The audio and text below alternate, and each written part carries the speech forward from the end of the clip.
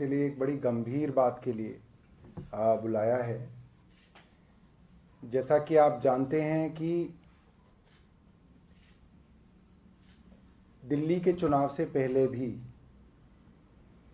दिल्ली के चुने हुए मुख्यमंत्री के ऊपर कई बार हमले हुए और उन हमलों के बाद हर बार भाजपा की तरफ से ये कहा गया कि जनता बहुत नाराज है इसलिए ये हमले हो रहे हैं। तब तक तो नेताओं के ऊपर हमले की बात हम लोग सुन रहे थे। आज दिल्ली के अंदर ऐसा अराजकता का माहौल भारतीय जनता पार्टी के शीर्ष नेतृत्व ने बना रखा है कि एक चुना हुआ मुख्यमंत्री अपने ही घर में लगभग हाउस अरेस्ट है और दिल्ली के उप मुख्यमंत्री जब अपने घर में मौजूद नहीं थे तो भारतीय जनता पार्टी के कार्यकर्ता या ये कहा जाए भारतीय जनता पार्टी के गुंडे उप मुख्यमंत्री की गैर हाजिरी में, जब उनके घर में सिर्फ महिलाएं थी, उनके घर पे उन्होंने हमला किया अभी से थोड़ी सी देर पहले। और सबसे गंभीर बात यह है, केंद्रीय गृह मंत्री अमित शाह, जिनका खुद का ट्रैक रिकॉर्ड बहुत आलीशान है, वो पूरी की पूरी उनकी जो पुलिस है जो सीधा सीधा उनके पास आती है, अमित शाह जी अपनी पुलिस के जरिए दिल्ली के चुने हुए मुख्यमंत्री और उप मुख्यमंत्री के परिवार वालों की भी हत्या कराने के लिए तैयार दिख रहे हैं। जिस तरीके का हमला आज उप मुख्यमंत्री के घर पे हुआ, मुझे लगता है कि इस तरीके के प्रदर्शन कभी किसी के घर पे नहीं किए जाते, दफ्तर पे किए जाते हैं। और घर पे भी तब किए जाते हैं अगर तो वहां पे जिसके लिए आप प्रदर्शन कर रहे हैं वो आपका प्रदर्शन करने वाला पात्र वहां होता है। और जो पुलिस होती है जो वहां पे सिक्योरिटी के लिए लगी होती है, उसको पहले से जानकारी थी कि आज भारतीय जनता पार्टी के लोग यहां पे हमला करने के उद्देश्य से आ रहे हैं। बैरिकेड को जानबूझ के भाजपा के कार्यकर्ताओं के लिए हटाया गया, उनको रास्ता दिया गया, उनको अंदर जाने दिया गया और फिर उनको गेट तोड़ने दे दिया। ये सारी की सारी वीडियोस जो हैं वो हम आपको दिखाएंगे कि किस तरीके से दिल्ली पुलिस के पूरे संरक्षण के अंदर आज उप मुख्यमंत्री के घर पे उनकी गैर हाजिरी में हमला किया गया। और मुझे लगता है कि ये सीधा सीधा जो है उनके परिवार को किसी ना किसी तरह से नुकसान पहुंचाने की पूरी कोशिश थी। एक बार आप वीडियो देखिए, उसके बाद हम आगे की चर्चा जो है आतिशी जी जो हैं वो आगे बढ़ाएंगी। विनोद, पहले वो लंबे वाला आप पहले बता दीजिए। जी, मैं इसके बारे में ब्रीफ कर रहा हूं। ये जो पहला वीडियो दिखाएंगे, मुख्यमंत्री जी का जो उप मुख्यमंत्री का जो आवास है AB 17 प्रगति मैदान के सामने, एक मिनट रुकना विनोद है, उसके सामने जो मेन रोड है सर्विस रोड उसका है और उसके दूसरे छोर पे बैरिकेडिंग थी सुबह, वो बैरिकेडिंग खोली गई और आप देखेंगे जैसी बैरिकेडिंग खोली वहां से वो जो भाजपा के गुंडे हैं वो दौड़ के आ रहे हैं और पुलिस उनके पीछे पीछे चल के आ रही है, आपको दिखेगी। ये लाइट्स बंद कर दीजिए। ये आप देख सकते हैं, ये वहां से बैरिकेड खोला गया है इनके लिए और ये सब आ रहे हैं। ये CRPF के लोग हैं, पीछे पीछे पुलिस के लोग आ रहे हैं, आप देखिएगा टहलते हुए। ये जो है ये पुलिस के लोग यहां से ये आए हैं। ये अब उप मुख्यमंत्री के घर के बाहर, दरवाजे के बाहर जो लोहे का दरवाजा है उसके बाहर अब ये लोग इकट्ठे हो रहे हैं। ठीक है, तो अब आप देखिए कि ये पुलिस वाले, आप देखिए साइड हो गए हैं। आप देखिए पुलिस वाले प्रदर्शनकारियों को वहां छोड़ के वहां साइड में उस किनारे पे खड़े हो गए हैं। ये 5-6 पुलिस वाले हैं, क्योंकि इनको पहले, अब ये सब देखिए घर के अंदर इन्होंने गेट तोड़ के ये सारे के सारे दाखिल हो गए। पीछे पीछे पुलिस जो है इनके पीछे चलिए, सेकंड को पूरा उसको करके चलाओ, शुरू से चलाओ। अब ये जो है दूसरा कैमरा है, आप ये देखिए पुलिस वाले हैं, ये पुलिस वाले अब साइड हो गए, ये देखिए ये पुलिस वाले साइड हो गए, ये प्रदर्शनकारी अभी गेट तोड़ेंगे, ये देखिए ये सारे के सारे प्रदर्शनकारी इनके घर में घुस गए, पहले घुसने दिया, फिर पुलिस जो है वो पीछे पीछे गई है और उप मुख्यमंत्री के घर के स्टाफ ने उन लोगों को वहां पे रोका है।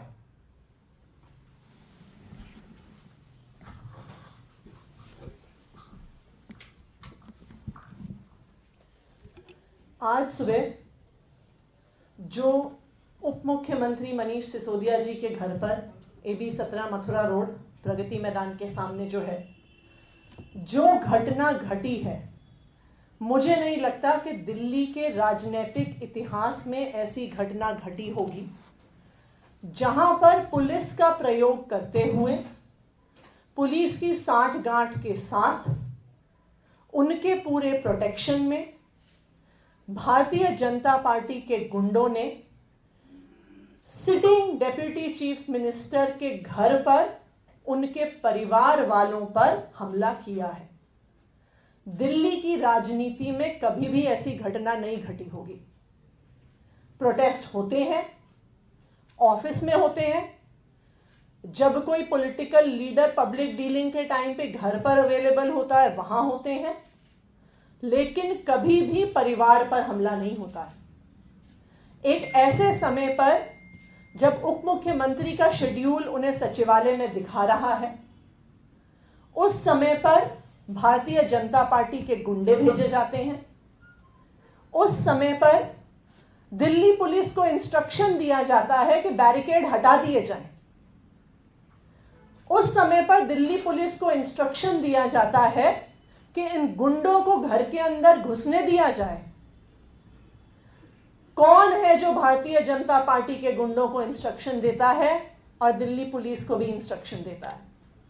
एक ही व्यक्ति हैं और वो हैं इस देश के गृह मंत्री अमित शाह, जिन्होंने भारतीय जनता पार्टी के गुंडे भेजे, जिन्होंने अपनी पुलिस को उन गुंडों के प्रोटेक्शन के लिए भेजा कि उप मुख्यमंत्री मनीष सिसोदिया जी के परिवार पर हमला किया जाए।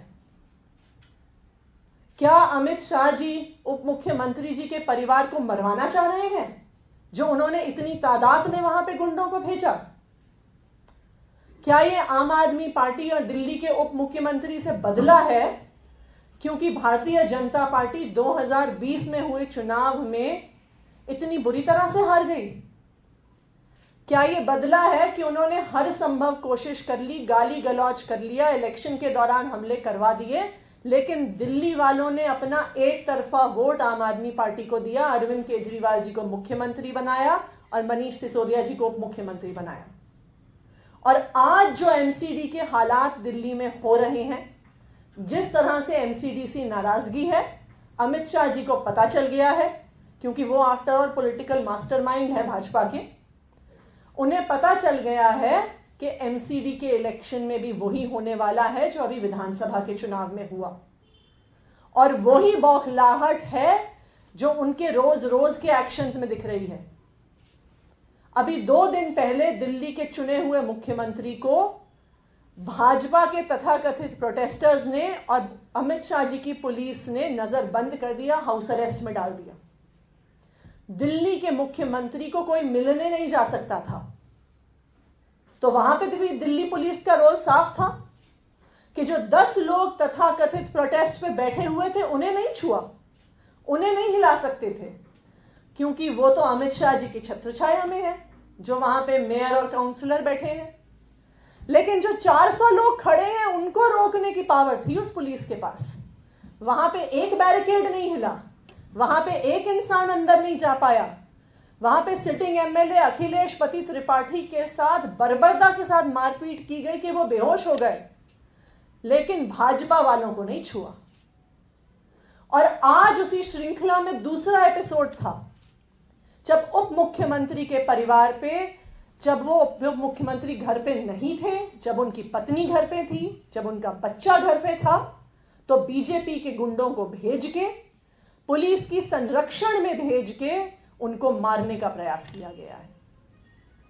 क्या अब अमित शाह जी इस हद तक गिर गए हैं कि वो आम आदमी पार्टी के मुख्यमंत्री और उप मुख्यमंत्री के परिवारों की हत्या कराना चाहते हैं? क्या अमित शाह जी भारतीय जनता पार्टी के गुंडों को भेज के क्या सारे आम आदमी पार्टी के नेताओं के घर परिवार वालों पे हमला करवाएंगे? क्योंकि एक तरफ तो उनके पास भारतीय जनता पार्टी के गुंडे हैं और दूसरी तरफ अमित शाह जी के पास अपनी पुलिस है, जिसको क्लियर इंस्ट्रक्शंस है, अगर आप इन वीडियोस को देखिए, कि वो गुंडे बढ़ते जा रहे हैं घर के पास और पुलिस के अफसर टहलते हुए उनके पीछे पीछे आ रहे हैं। याद रखिए, ये वही दिल्ली पुलिस है जिसने बैरिकेड से एक व्यक्ति को नहीं पार होने दिया, एक एमएलए को नहीं पार होने दिया था मुख्यमंत्री से मिलने के लिए मुख्यमंत्री आवास के बाहर। तो अगर दिल्ली पुलिस इन भाजपा के गुंडों को रोकना चाहती तो रोक सकती थी। जब ये गुंडे गेट पे पहुंचे, और ये वीडियो हम आपसे शेयर भी करेंगे, आप उसे ध्यान से देखिएगा, तो पुलिस वाले साइड हो गए कि जाइए, घर के अंदर जाइए।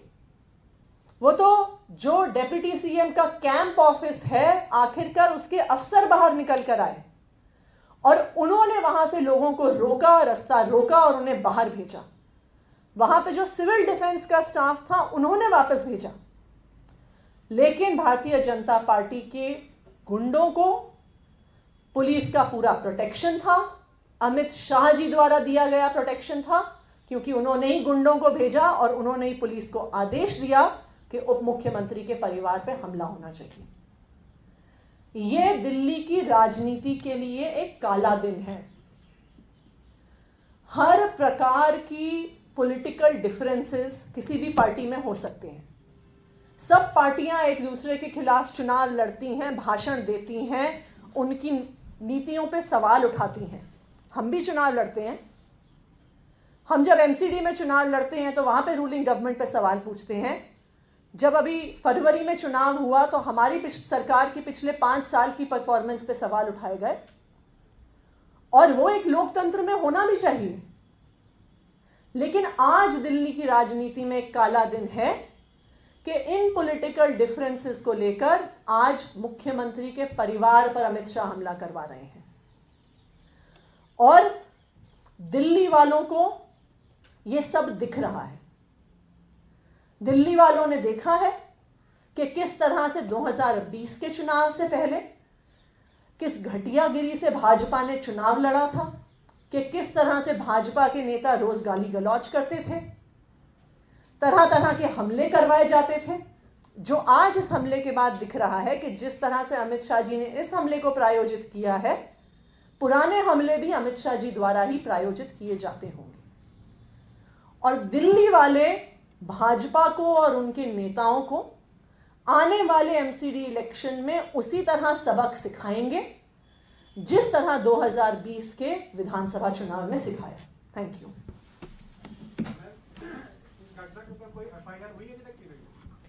अभी जो ऑफिसर्स हैं, जो मौजूद थे, जो विटनेसेस हैं, वो भी इस मोमेंट पे जो सीसीटीवी फुटेज हमने आपको दिखाई है उसको लेके एफआईआर फाइल करने के लिए जा रहे हैं। कोई अरेस्ट किया गया अभी तक?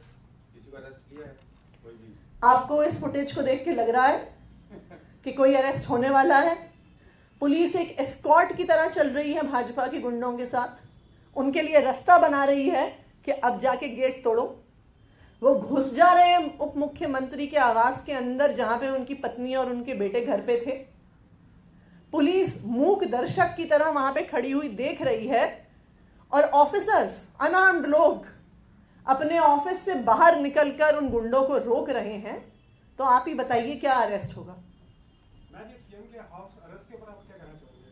जो उनका हाउस अरेस्ट किया गया, भारत बंद के दिन, उसके आप क्या बोलेंगे? देखिए, ये भाजपा की बौखलाहट है। ये भाजपा की बौखलाहट है कि वो मुख्यमंत्री को हाउस अरेस्ट करने की कोशिश करते हैं।